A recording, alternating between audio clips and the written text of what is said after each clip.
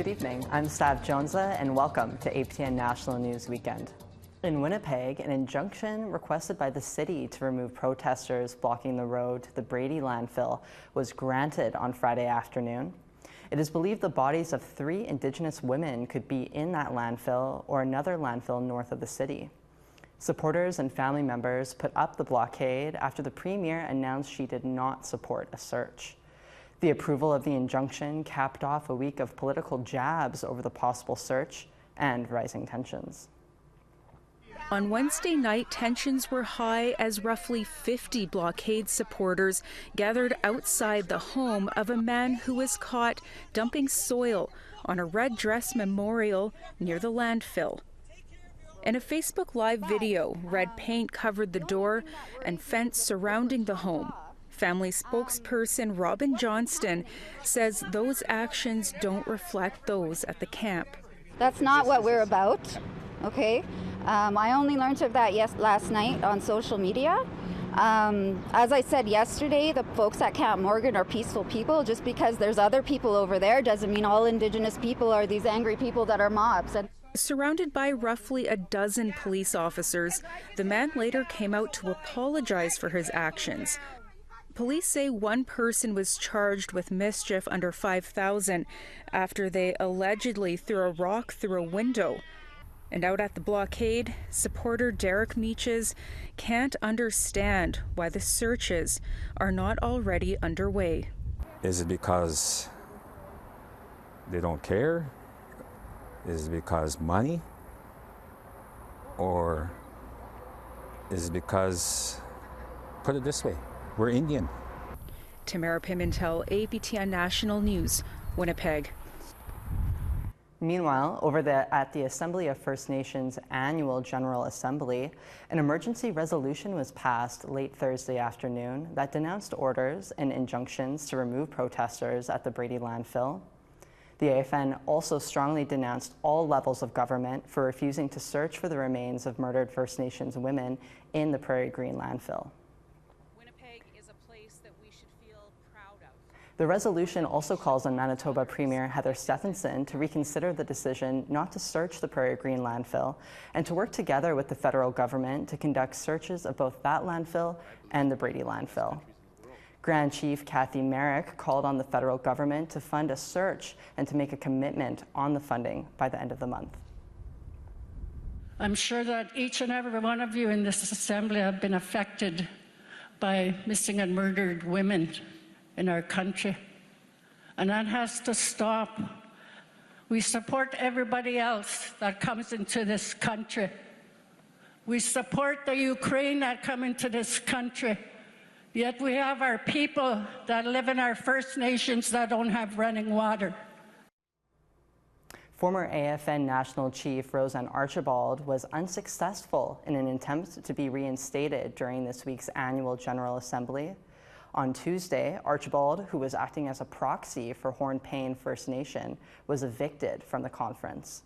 Here's some of what she had to say. How I'm being treated is absolutely disrespectful. So don't talk about the 7 sacred teachings and respect and turn around and do what you have done to me in a public space, lateral violence, and talk about respect. So let's be clear about that. That, you know, I said this earlier, Chiefs, you need to look in your hearts. You know, what is being triggered in your heart? It's hatred. It's resentment. It's based on lies. It's based on gossip. It's based on innuendo. You know, you haven't read the full report of this HR report. You haven't read it. You don't know what it says. But somehow, a bunch of regional chiefs who are now, a whole bunch of them are running for national chief. And one of them, the most vocal from last year, is the interim national chief. The other vocal one got appointed to the Senate. But I want to tell you, that hatred in your heart, you have to let it go. A familiar face turned up at the Assembly of First Nations meeting on Thursday morning. Former Attorney General Jody Wilson-Raybould gave a keynote speech to delegates. She chose to talk about the Trudeau government's United Nations Declaration on the Rights of Indigenous Peoples Action Plan and where it falls short. APTN's Fraser Needham has more from the last day of the Assembly. Wilson-Raybould received a warm welcome when she took the podium. But she did not have kind words for the Liberal government. She told delegates that the highest levels of government still fail to understand what true reconciliation means. Many of people in positions of power still do not get it. I have told many stories of sitting around with government colleagues and speaking about the recognition of Indigenous rights and the implementation of treaties and how to make transformative change to support self-determination, including self-government, and how it was like I was from a different planet. Terry Teague is the Assembly of First Nations Regional Chief for British Columbia, where that province is implementing its own UNDRIP action plan. He says it has been easier for the First Nations in BC to work with the provincial bureaucrats when compared to Ottawa. We're 4 years into implementing our action plan for the province of BC. I think the partnership there is good. There has been some progress with Section 6, 7 agreements, also amendments made to a number of legislation in British Columbia. I think for British Columbia, there's, I suppose, for the bureaucrats that are there, it is going to be a bit easier. In his address to delegates, Minister of Justice David Lametti said the action plan is flexible enough to incorporate changes that will work for all Indigenous peoples. The action plan itself is something we use as a process to work together, and we can address questions like redress through the basic principles that are articulated in the action plan itself. So again, I'm optimistic that this will be transformational in a number of different ways. In an interview with APTN News after her speech, Wilson Raybould was asked if she will run for national chief. I mean, honestly, it hasn't been on my radar. Like, I was invited here prior to the whole resolutions around the national chief. I mean, I fundamentally believe in the work that our leadership across the country is doing.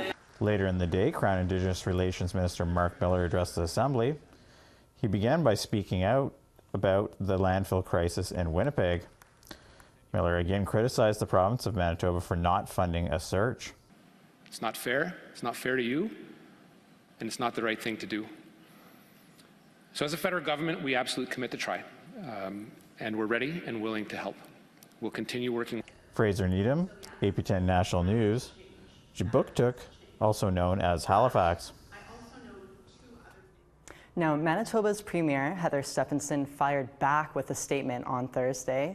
She says Minister Mark Miller's comments are, quote, more than unfortunate, adding, when judgment and sensitivity are required, he has chosen to inflame and distort. She reiterates the landfill search is not viable and there are no guarantees on an outcome. We're going to take a quick break now. Coming up, how a gathering in Fisher River Cree Nation is empowering women. Stick around.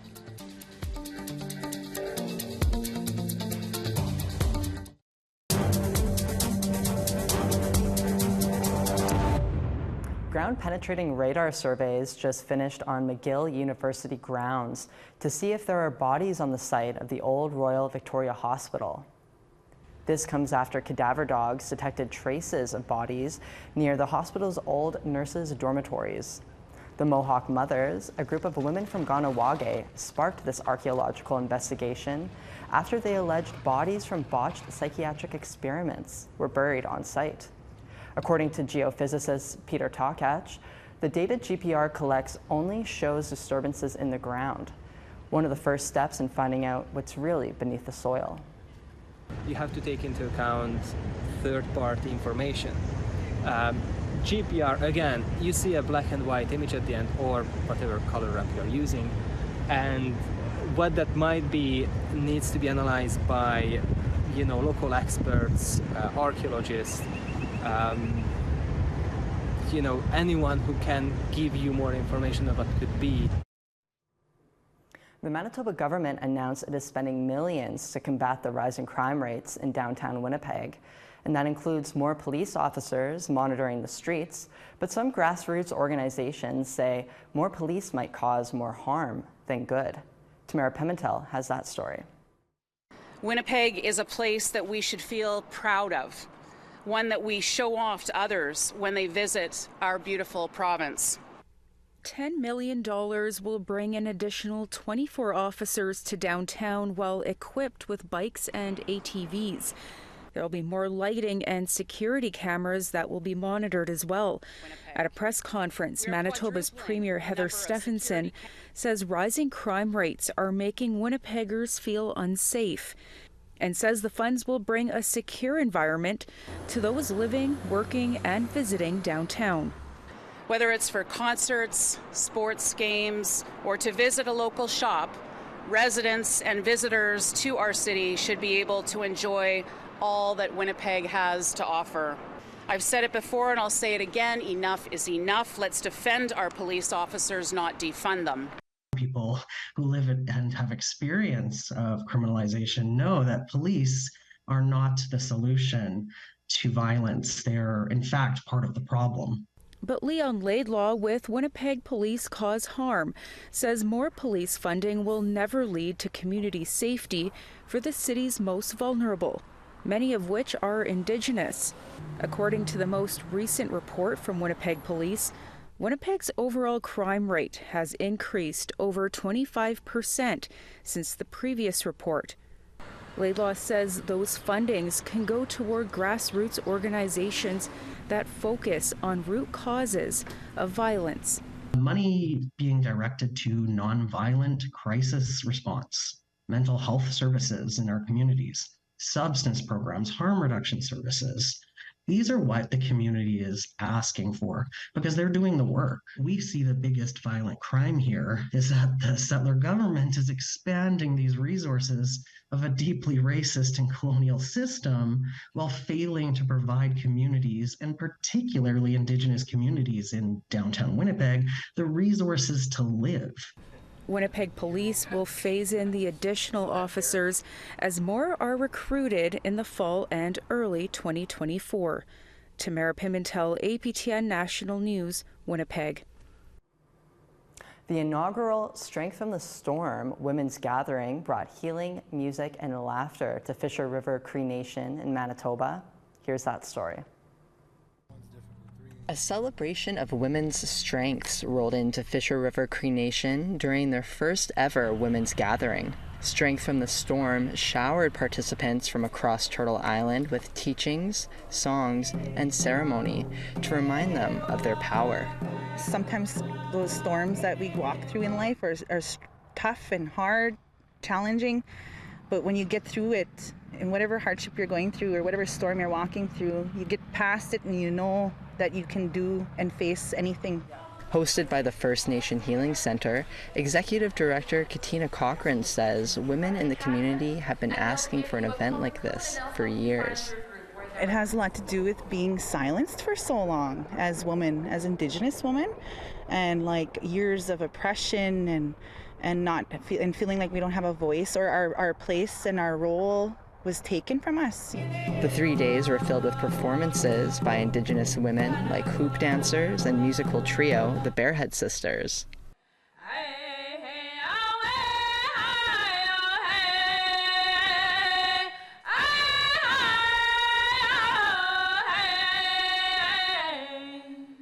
Emotions were high while event staff shared performance art on the signs of domestic abuse.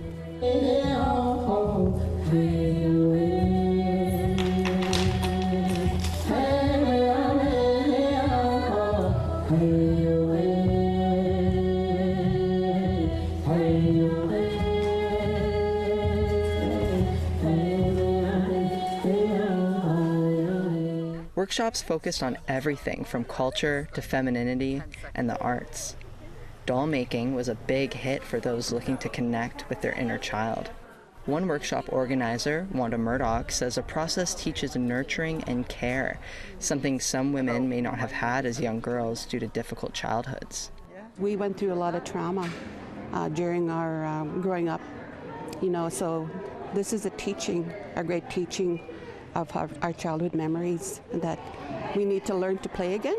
I'm making myself the person I wanted to be, so I'm making a doll that's going to be me from life, from childhood to now.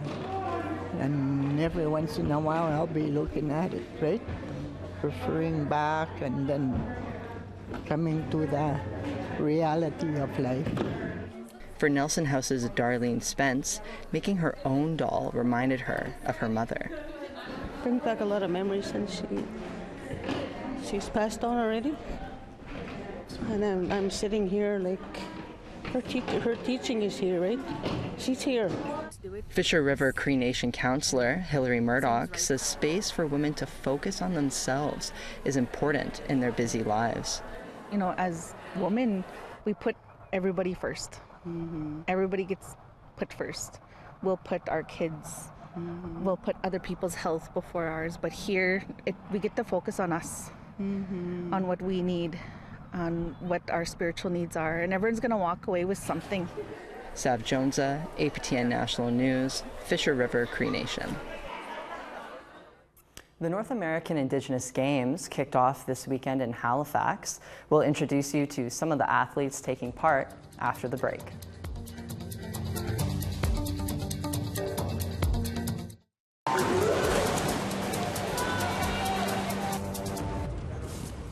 Welcome back.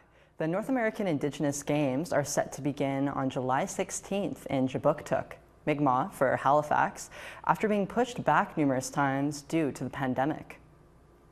This year's NAG will see over 5,000 athletes, coaches, and team staff from over 750 different Indigenous nations compete at this year's events.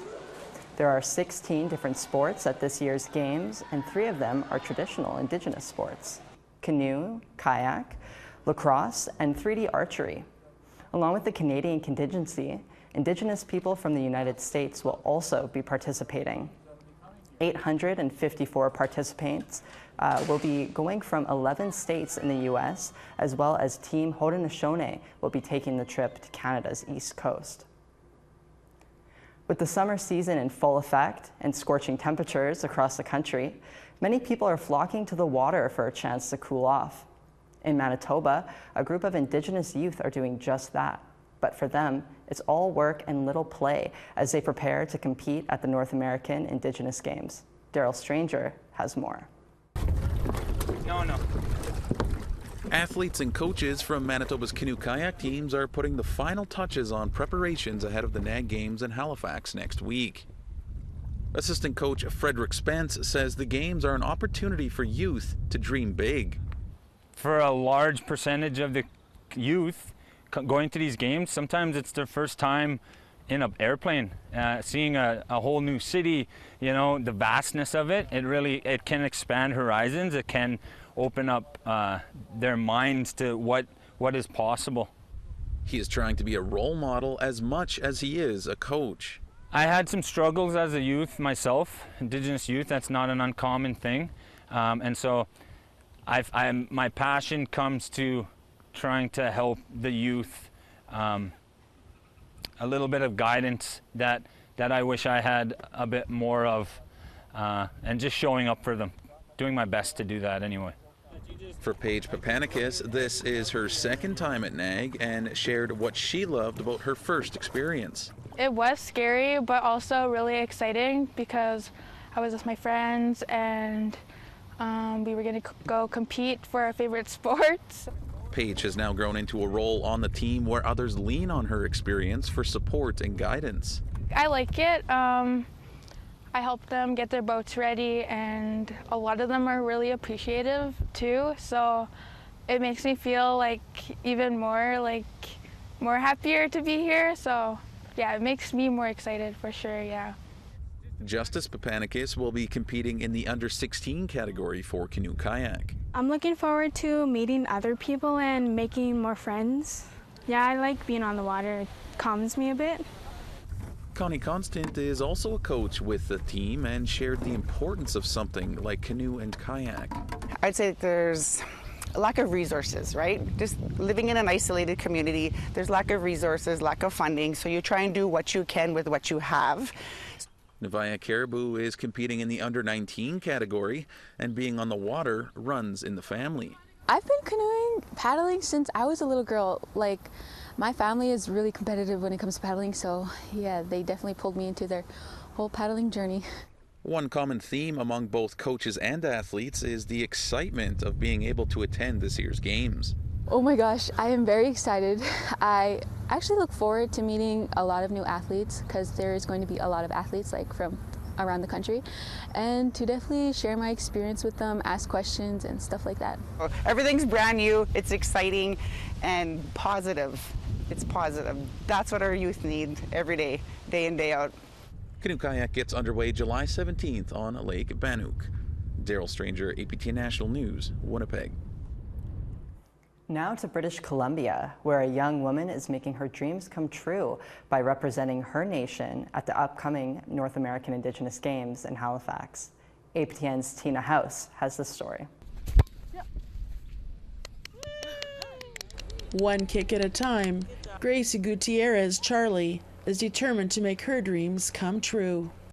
So it's really exciting, and it feels like a full circle moment because I've been kind of like dreaming about it especially since I watched my cousin who participated in the 2017 for soccer as well. So it's just like unreal to be able to go and, I don't know, kind of do the same thing that they did. The 18-year-old from the Chihuahuas, Tejalas, and Moose Cree First Nations is playing for Team BC in soccer and will be joining her fellow teammates in Halifax next week to compete. She has been working hard physically to prepare, but says there's more to it than that. Some of it is physical, so I have been like training and trying to like keep up with my running and keep myself in good health a lot. But I think a large piece of it is also the mentality of it, because like I always say, the mental game sort of is just as important as your physical game when it comes to soccer especially. So just keeping a really strong heart and strong mind. And with more than 5,000 young Indigenous athletes from across North America converging next week in Halifax, the competition is going to be tough. But with a strong support from her community and family, Gracie says she is confident.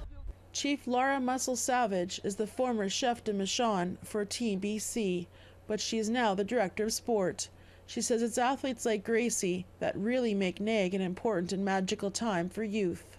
The youth aspect of these games is the most inspiring part, is seeing the glimmer of hope and belief and perseverance and dedication and all of this hard work that they're putting in coming to fruition out on the field of play is super inspirational and exciting. So these games mean a lot. And for Gracie, she wants to encourage other kids to focus on sports and not be distracted by bad influences. I'd say just shut out the voices in your head that maybe make you feel insecure or like you can't do it, because a sport truly gives you a sense of belonging and team and family that I feel like nothing else can really give you. Just that pure sort of like straight up love for the game. I mean, I think that that's a great thing, and if you can find that, it'll help you overcome things that you never thought you could. Tina House, APTN National News, Chilliwack. That's all we have for your APTN National News this weekend. Thanks so much for sharing your time with us today, and have a great weekend.